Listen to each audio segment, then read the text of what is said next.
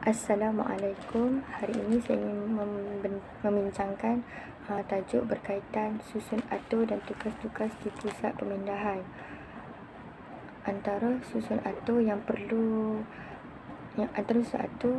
ada di setiap pusat pemindahan ialah memiliki ruang yang sesuai dan praktikal, bersifat mesra pengguna, iaitu memiliki keperluan untuk OKU, menepati kebiasaan sama ada penggunanya dalam kalangan orang dewasa, warga emas dan kanak-kanak.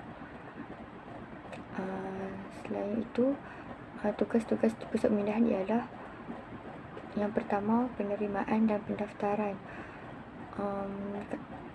Kaedah ini memerlukan setiap petugas di pusat pemindahan menerima semua mangsa dengan teratur, membantu mereka untuk mendapatkan rehat dan pemulihan dengan segera, serta menyimpan rekod peribadi semua mangsa di tempat yang selamat. Selain itu, tugas-tugas lain ialah penyediaan makanan dan minuman. Setiap petugas perlu menyediakan minuman segar seperti air mineral, kopi, teh dan susu. Hal ini dapat mengurangkan psikologi dan trauma mangsa selepas menghadapi bencana.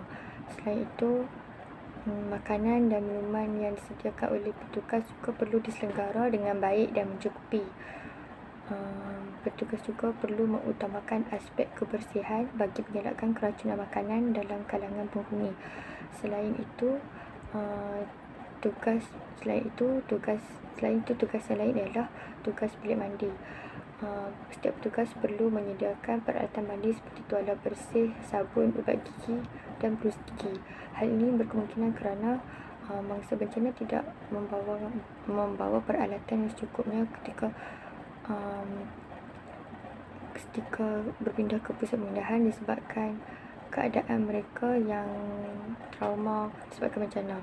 Selain itu, setiap petugas juga perlu menjaga kebersihan kawasan bilik mandi bagi mengelakkan jangkitan kuman dengan sentiasa membersihkan kawasan bilik mandi secara berkala.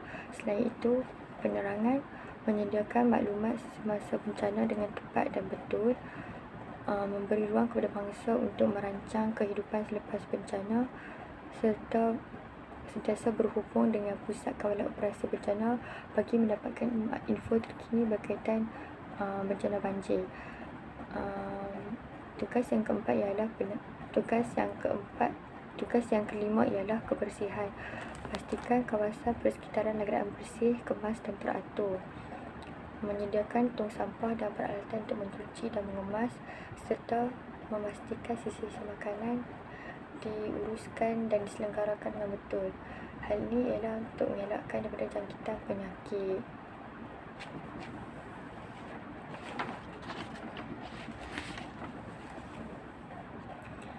Yang keenam, penjagaan peralatan dan kemudahan. Setiap petugas perlu menyelia dan memastikan kebersihan peralatan tempat kerja, stor dan persekitaran bangunan.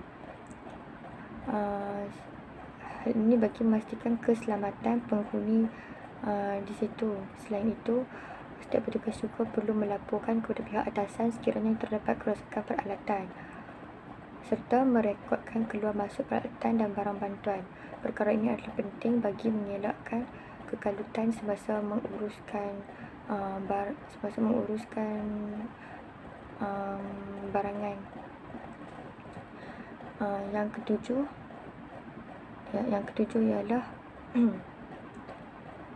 Yang ke-8 ialah keselamatan. Setiap pusat pemindahan perlulah mempunyai pos pengawal bagi mengawal keselamatan kawasan PPS atau pusat pemindahan sementara. Setiap pusat pemindahan perlulah mempunyai pengawal yang bekerja secara bergila-gila, dan setiap pengawal tersebut perlu merekod keluar masuk penghuni dan pegawai.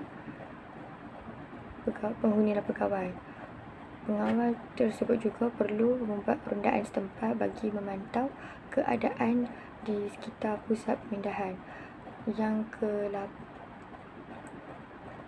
ke-8 seterusnya ialah kesihatan. Menyediakan ruang rawatan khas bagi merawat mangsa yang cedera.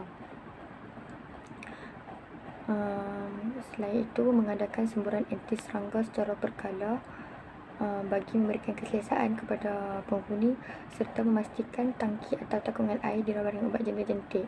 Perkara ini adalah penting bagi mengelakkan berlakunya penyakit demam denggi di kalangan penghuni.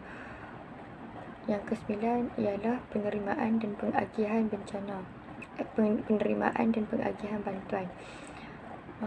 Setiap petugas perlu melaksanakan tugas ini dengan cermat dan teratur. Hal ini bagi mengelakkan ketirisan atau kekalutan semasa proses pengagihan dilakukan. Sumbangan ini selalunya diterima daripada kerajaan negeri ataupun persekutuan, sama ada untuk kewangan ataupun melibatkan barang. Sumbangan ini selalunya diberikan kepada ketua penyelia pusat pemindahan atau diberikan secara terus kepada mangsa. Yang terakhir, tugas-tugas pusat pemindahan ialah khidmat kaunseling. Khidmat kaunseling ini adalah perlu bagi mengembalikan semangat akibat trauma atau tekanan perasaan.